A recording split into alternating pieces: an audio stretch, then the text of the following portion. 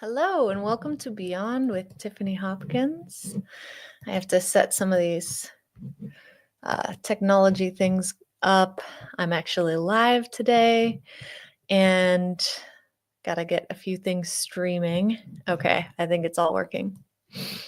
Hopefully you can all see and hear me, those that have video. So this is Beyond with Tiffany Hopkins on Lilydale Radio. This is a production of Normalized Talking to the Dead, and I am your host, Tiffany Hopkins. And today, our last episode of 2024, I am going to give you a bunch of my favorite books from this year. So I have my own book coming out in June. There's a pre-order link available. If you're the kind of person that likes to buy ahead, I would very much appreciate it. Mediumship books are rather niche, so the more of us who can buy and support writers who are bringing mediumship to the pages, the better. I'm actually, none of the books I'm recommending are explicitly about mediumship, which is one of the reasons I wrote my book. I was like, we need more. But I have, let's see, 12 to 15 books here. I did a lot of reading while I was writing my book. So most of these books came out this last year or within a couple of years before that. And they have all been incredibly important to me and my process in writing and in being a human. So I'm going to go in no particular order, just the order they're stacked up here in front of me. And I'm going to start with Rest is Resistance, a Manifesto by Tricia Hersey. So if anybody is on Instagram and follows the Nap Ministry, that's how I came across this book. The Nap Ministry is actually Tricia Hersey. And it's all about worshiping rest, essentially. The Instagram feed, she brings all this incredible wisdom on Instagram about rest, and the whole book is a manifesto about rest. And we all need rest. Everybody should probably read this book, unless you feel like you're amazing at resting and you're never tired and you feel really invigorated all the time, then maybe you don't need to. But I would say our culture is pretty light on resting. And when we rest, it tends to not be very restful. And Tricia really brings to the table like a solid understanding of what rest is, why we lack it, and what we can do to change that. So it's a lovely read, very pleasant, not super long or heady. Like it's a manifesto. So it's like it's inspiring. So definitely check that out. I'll put links with all of the books in the notes, but again, that's Rest is Resistance, a Manifesto by Tricia Hersey. So the next one on my list is a gorgeous book called Heaven is a Place on Earth. And this is by Adrian Shirk. Adrian is actually my agent. So that's how I came across this book, is meeting her. And she's been amazing. And so this book came out last year. Actually, I got this book on Christmas Day last year and started it and loved it. And it's a really unique book. It's nonfiction, and it's about Adrian's, actually it has a subtitle, Searching for an American Utopia. And it's about Adrian's experience researching and understanding what utopia means in our culture and for herself. And it's beautifully woven, her very personal story along with history of utopias in the United States, and in particular ones that still exist. And Adrian goes to visit a lot of them and brings along the history of them as well as what they are, and really defines it in a way that I didn't realize I didn't have that definition, like what actually is utopia. And she really explains it. And I definitely recommend it, especially anybody who's involved in Lilydale or interested in Lilydale, which we could think of as a utopia or a utopian type society. And check this one out. Heaven is a Place on Earth by Adrian Shirk.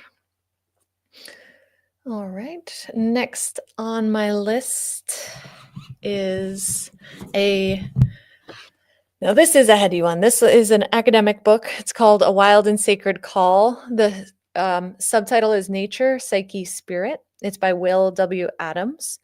I mean, technically it's not an academic book, but the author, Will Adams, is an academic, and I found it very dense. I have like 100 pages marked on different like quotes and things I really enjoyed. And what Will does is brings together Zen Buddhism, Christian mysticism, phenomenology, psychoanalysis, and psychotherapy. So like two different forms of mysticism, as well as his background in psychology, to understand why it's so important that we need nature. And he really frames our need for nature as a need, a biological need, and an issue of connection and community. And I felt like when I read this, I was really understanding so much of my own struggle and our cultural struggles, and it really gives you a place to go. I feel like so much of our world, like we all know that there's ecological crisis, and we're like, what do we do? And this book really gave me some answers. So I definitely recommend that that you take a look at it. And I guess I just want to say it's quite a long book, and it took me a really long time to read. And I just read, I read 10 pages a day for a few months because there's a lot to it, and it's not like a breezy read, but it is definitely worth it. I was changed by this book, I would say. Again, it's A Wild and Sacred Call by Will Adams. Oh, this is fun. I love books. Okay, next. Oh, this is one I was really looking forward to. It's called What It Takes to Heal by Prentis Hemphill. The subtitle is How Transforming Ourselves Can Change the World. And you may recognize the author's name, Prentis Hemphill. They are, for the thing I know them for, and I know they've done a ton of amazing things in their life, and they're young, so it's not like they've been around for that long, but they've been busy. But they really defined for me, and I think a lot of people, boundaries as and they started the Embodiment Institute. They're also involved in the Black Lives Matter movement. And the definition, if you've ever heard of it, is boundaries are, let's see if I can remember exactly the words. Basically, what I need to love myself and you at the same time. And I loved that definition. Boundaries are really complicated, I feel like, to understand. And so I was Prentis hadn't written a book about that. And so I was very excited to get this book, and it actually expands. There's so much more than just talking about boundaries in here. What It Takes to Heal is in some ways about being involved in social justice and about trying to help and change the world, but starting from within. And this is an incredibly important thing for me. This is something that it took me a long time to realize, and I had this real awakening about it 10 years or so ago, working in nonprofits, of this tendency to focus externally and not be able to care for ourselves when we are doing care work or involved in social justice in any way. And Prentis, as somebody who's both a therapist and very involved in making our world a better place, gives a really thorough understanding and overview of like what it takes to, well, the title is What It Takes to Heal, but what we need to do for ourselves so that we can make the world a better place, and how those two things really integrate with each other, and how surprisingly that the social justice world and economic justice and environmental justice, all the people out there that are trying to make the world a better place, it's not always aligned with healing, and we need that. So if you are a healer, needs to be healed, I definitely recommend What It Takes to Heal by Prentis Hemphill. Okay, next. I put these in random order, and I'm glad because it's kind of fun. We're going all over the place. The next book is another written by another academic. So this one's called Determined. The subtitle is A Science of Life Without Free Will, and it's by Robert Sapolksy, and he's a cognitive scientist. And this book is, again, this is a lot. It's a lot for the brains. And you know, it's how do we even start with this one? So the subtitle I think is a little misleading. It's A Science of Life Without Free Will. So really the author is trying to show with science that we don't have free will. And in the process, I think he really shows that we do have free will. And he talks a lot about how that can be an outcome for people. But what he shows is how much of our lives and our experience is dictated by things outside of our control. And that happens in the second that things happen. That happens in the minutes before something happens, years before, decades before, and back and back and back. And that's because our genetics and our biology have such a strong influence on us. And it means a lot of times we don't have control that we think we do. And this is especially important. He makes the case for understanding justice in our culture. And that's what about this book that I just was so excited by, because he really proves, I mean, the book is filled with studies, psychology, clinical psychology, neuroscience, sociology. He gets information from everywhere and scientific studies and explains them in a really clear way, about how our brain and how our biology and our genetics dictate in a lot of ways what we are able to do. And while we have choice, we don't always have a lot of options. And different people in different situations have different options. And he goes into a lot about class and race and gender and things that we are all really changing the way we think about. And he gives a really wonderful scientific backing to why we need to rethink what it actually means to have control over our actions. Ooh, it's a lot. It's amazing. If you are ready for your mind to be blown, check out Determined, A Science of Life Without Free Will by Robert M. Sapolksy. All right. Next, we're swinging another direction. So next is the beautiful book, The Other Side, A Journey into Women, Art, and the Spirit World by Jennifer Higgie. And this is a book about women artists, female artists, and in particular, those who engage with the beyond. So you'll have a few, if you are familiar at all with spiritualist art, spirit art, visionary art, any of these, you're going to definitely know some of these people in here, like Georgiana Houghton, Hilma af Klint, of course, Agnes Pelton, Emma Coons. If anybody ever has seen my mediumship for creativity classes on morbid anatomy, they all use artwork from these artists in the posts. So I'm a huge fan of all of these artists, and what Jennifer does is she goes into way more detail than any source I have come across about these artists and what it means to be an artist who connects with spirit or their spirituality or something beyond themselves, and really tells beautiful stories about these women and their art. And it's through,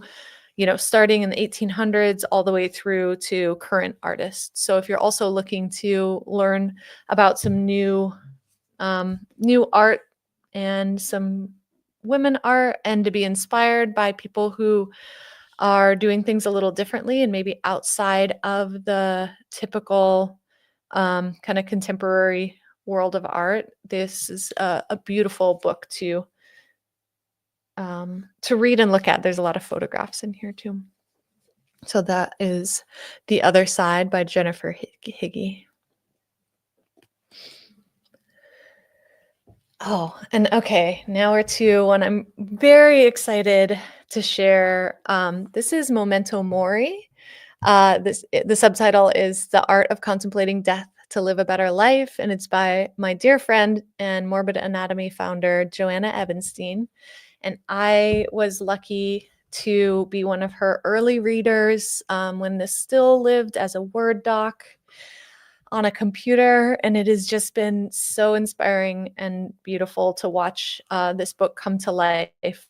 And what it is a collection of different approaches to thinking about one's own death and how to engage with those kinds of thoughts. Memento mori literally means to remember death.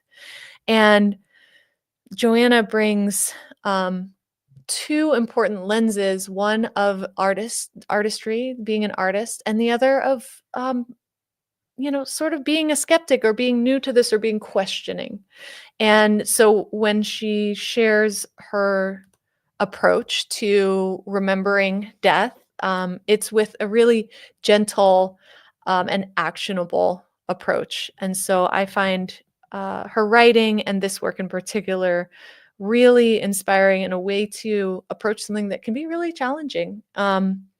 And I love it so much that I asked Joanna to come up next summer during the Lilydale season. We're going to teach a class together on her book, Momento Mori, and my book, Beyond. And so we're going to have a class on, I believe it's June 25th for Lilydale Assembly, where we talk about some of the concepts in the book and do mediumship for creativity, as well as art for Memento Mori, so art for remembering death. And I'm very excited. There are tickets for sale on Lilydale Assembly's website, which I'll put a link for in the show notes, or you can just search for it on their website. But the whole book is filled with stories and examples from many different cultures, as well as tons of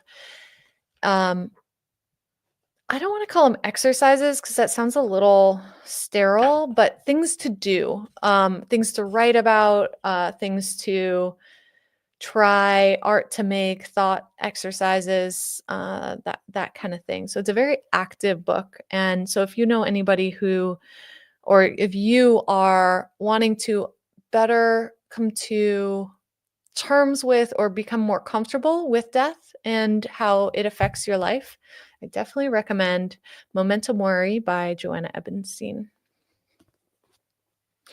You're like, how many more does she have? I have a lot. And this is just the books from the last year. That were published in the last year. I had to stop myself from sharing every book I loved this year because there was a lot of them. There's so much good reading out there. Okay, the next one is also I came across through a friend. So the next one is the Weird Sister collection, and it's edited by Marisa Crawford. I came across it because another dear friend who was very instrumental in my book, Grace Kredell, has an essay in this book. And so that's how I learned about it. And the book is basically a bunch of amazing feminist writers. Some others who I love who are in here are Virgie Tovar and Michelle T. And they're all talking about basically the intersection of feminism, literature, and pop culture. And Grace writes about her experience as a fourth or fifth generation spiritualist and witch, and how one understands that in the current world and manages it. And so this is a bunch of different essays. Like, actually, how many are in here? Probably at least, it looks like 20, maybe 25 or 30. And it's very fun and definitely gives a kind of look into how feminism is existing in our culture these days. So if you are like looking for an update or want a collection of like, yeah, I want to remember this time. It's such an important time. Like, what's going on right now? This is an amazing book to have on your shelf to just be like, this is what's going on. Yeah, this is it. And um it's a lot of fun. It's called The Weird Sister Collection, and it was edited by Marisa Crawford. And again, there's like, yeah, a ton of different essays. And um you may have seen Weird Sister online. It's originally it was like a blog. And so it's also very fun to be watching blogs that we loved over the years start to become, physical items that we can hold in our hands again to kind of remember and memorialize. So I'm really excited to have this one. Okay, next on my list is called Care Work, Dreaming Disability Justice by Leah, Lakshmi, Piepzna-Samarasinha. And this book I actually came across because I have a chapter in my book called, I changed the name of it. The chapter doesn't actually matter, but my chapter about doing readings for mediumship readings, I refer to mediumship readings in particular as care work a lot. And so I was like, I'm just going to Google this word. People don't usually use the word care work for mediumship, but what I was thinking is how it's an act of caring to do something where you sit and listen and put all of your attention on another person. And it's work and it's caring and it's beautiful. And so I Googled care work and this book came up. And so I bought it immediately and read the whole thing. There's a Google, an audiobook of it. And I listened to it and it's read by the author, and that's always lovely. And this is actually another collection of essays, all by the same author. And Leah is, I wasn't familiar with her before I read this. But I can tell she's a prolific artist and I want to say like justice worker, activist. I think that's what it's called, activist. Performance artist and activist who is also disabled. And I didn't know much about disability justice. I learned so much, not just about what the world needs to be able to be more open to every type of body and every type of existence in terms of ability. And it was really important for me because I have long-term health issues, and I've been really trying to come to terms with my own ableism and like especially towards myself, and trying to understand what it means to be able to maybe do less and be able to and have to change my understanding of what I'm capable of doing. So I've had my own little journey with that, and reading this book, I really understood maybe some of the reasons behind why care and care work and community and connection have become so important to me. Part of it is we're humans and it's important to us, but when you need care, you start to understand how incredibly valuable and important it is. And Leah really explains what it actually takes to care for another person and understand what kind of care we all need for ourselves. And so I cannot recommend this book enough.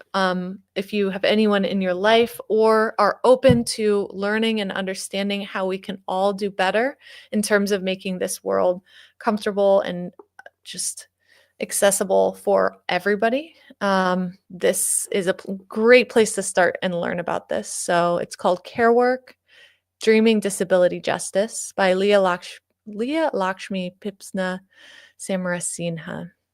And you can find the spelling in the show notes. But it'll come up. It came up for me. That's how I found it. Thank you, searching. Actually, it wasn't even Google. I don't know why I said that. I've got to stop using that word for everything I search for. Okay, the next one is actually for next year, and that's because it's an almanac. It's called the Other Almanac, and it's calculated for 2025. And while this isn't necessarily going to be applicable for everybody, it's actually made for New York City. I'm not even in New York City. I got this for a friend, and I haven't sent it to them yet. But as soon as I saw it, I bought it because I was like, this is something the world needs. We need more almanacs. I love the almanac format. This one is very, very cool. It has sections about data, which I love. It has obituaries, which again, love. All the calendars, the moon names, a monthly column, recipes, lots of writing by, lots of people you're going to recognize: Naomi Klein, Michael Pollan, Sonia Renee Taylor, who I just realized I don't have her book on this list, and I love that book. Where is it? Okay. I'm going to have to add that. That was another one I read this year and loved. It has beautiful pictures, lots of art, and some resources as well.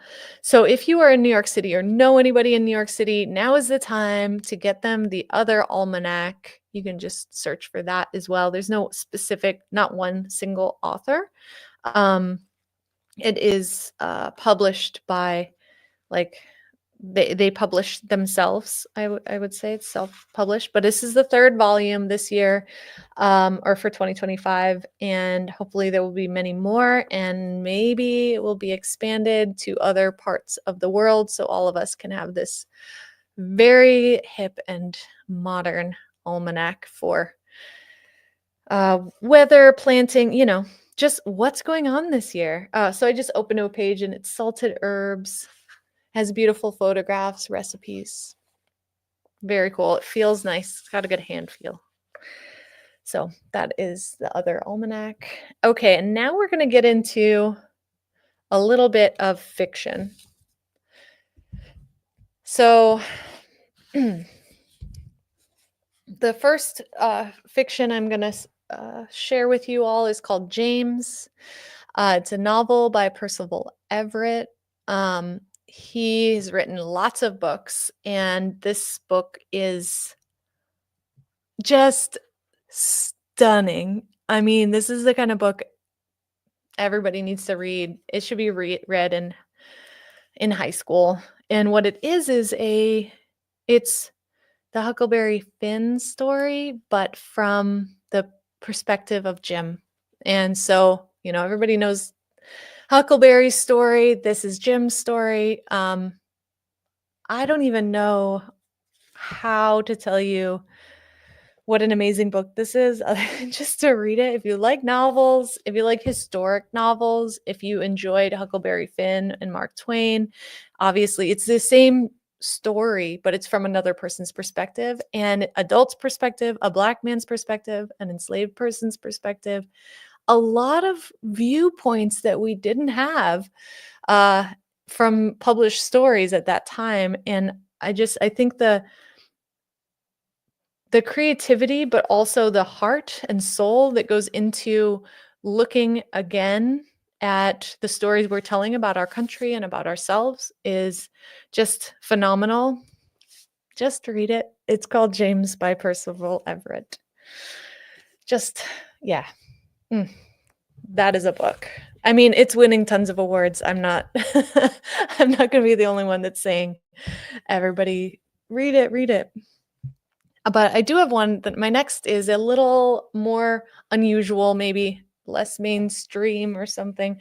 It's called Same Bed, Different Dreams.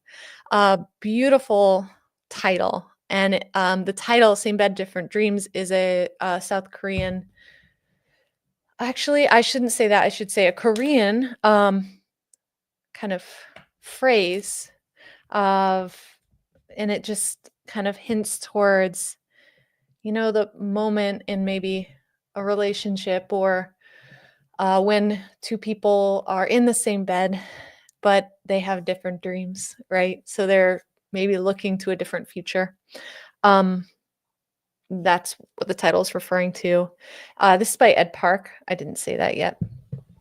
And I actually found both James and this book, Same Bed, Different Dreams, in the New Republic's book review. So that's how I found both of these.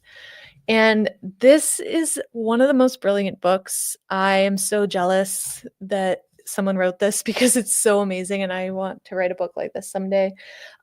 He has, I believe there's 3 different full plot lines that are also fully intertwined. And one of them is in the current day in New York City, a writer. And then one of them is in Korea during the Korean War.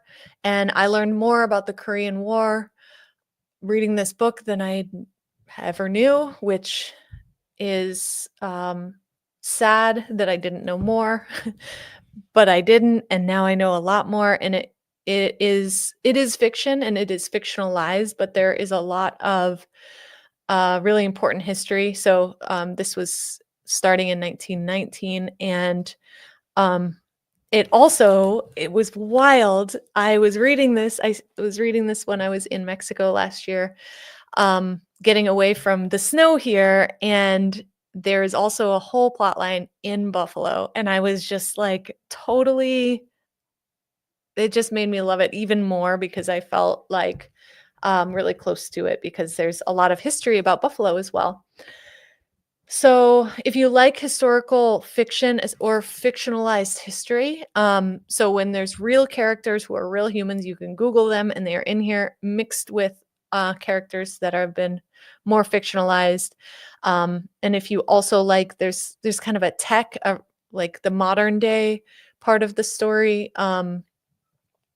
The guy works for a tech company. It's actually a little bit, I feel like in the future, maybe even because it's more technically advanced than our culture. So if you're also into a little sci-fi, that's in there too.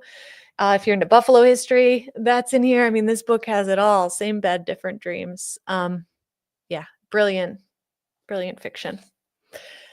Okay, and the last book that I have in my hands is a book my sister gave me. It's actually from 2022, but I loved it so much and I read it this year. It's called Tomorrow and Tomorrow and Tomorrow. It's a novel by Gabrielle Zevin, and this is just an amazing portrait of, again, sort of now. It actually starts 30 years ago and comes into the current day of a small group, a duo plus a few of game designers and developers. So if you or someone you love is into gaming or wants to be a game designer or work in the gaming industry, like video games, computer video games especially, this is an amazing book. It's also a love story, a unique love story and a modern love story, but it's not sappy. It's like, it's very smart. A lot of really strong characters, and it just feels very now. And again, it was beautiful to read about the characters around my age. So they're millennials and goes into their past, like remembering when we were kids, and that's also kind of fun. So it starts in the 80s. Again, very fun read. And now I have a few books I want to talk about that I don't have in my hands. And the first I mentioned a few minutes ago, The Body Is Not an Apology by Sonia Renee Taylor. I don't think that came out this year either. I think it's a couple years ago. But again, an amazing book about radical self-love. Everybody needs radical self-love. I really appreciated how Sonia starts with like loving the self and the body and understanding the cultural challenges we have to loving ourselves and radical love. And she really defines radical self-love and why we need it. And it's a really important book. Again, if you have any young women in your life or young people who are trying to kind of find themselves, it might be a great book for them. I feel like that, or anybody else who is looking to build confidence and resilience and, um, you know, love for themselves. It's a great book. That's The Body is Not an Apology by Sonia Renee Taylor. The other book I don't have in my hand um, is, well, okay, I'm gonna have to do this. Since I don't have them in my hands, I am going to wait and I do these every year, so you'll have another one. They're all kind of coming soon. There's a bunch of future books that I'm very excited about, so maybe I'll do a future book um, kind of recap or something for the new year. Obviously, I have my own book, which I can't wait to share with everybody. There's a pre-order link I'll put in the show notes, as well as that link for my class with Joanna. And I also have all of these books linked to where you can buy them. I link them to their publisher sites wherever I could so that you can pick where you want to buy them. And I really hope that you find something inspiring for yourself, or for loved ones. Let me know what you think. Let me know any other books you recommend, and I'll read them, and then I can talk about them on my next book recommendation podcast. So happy reading, happy holidays, happy end of 2024. Our next conversation will be in 2025, which is stunning. I can't believe it. But I'm ready for it. And yeah, I will look forward to our conversation then and to your comments about books that you have loved this year. So thank you all for listening, and talk to you soon.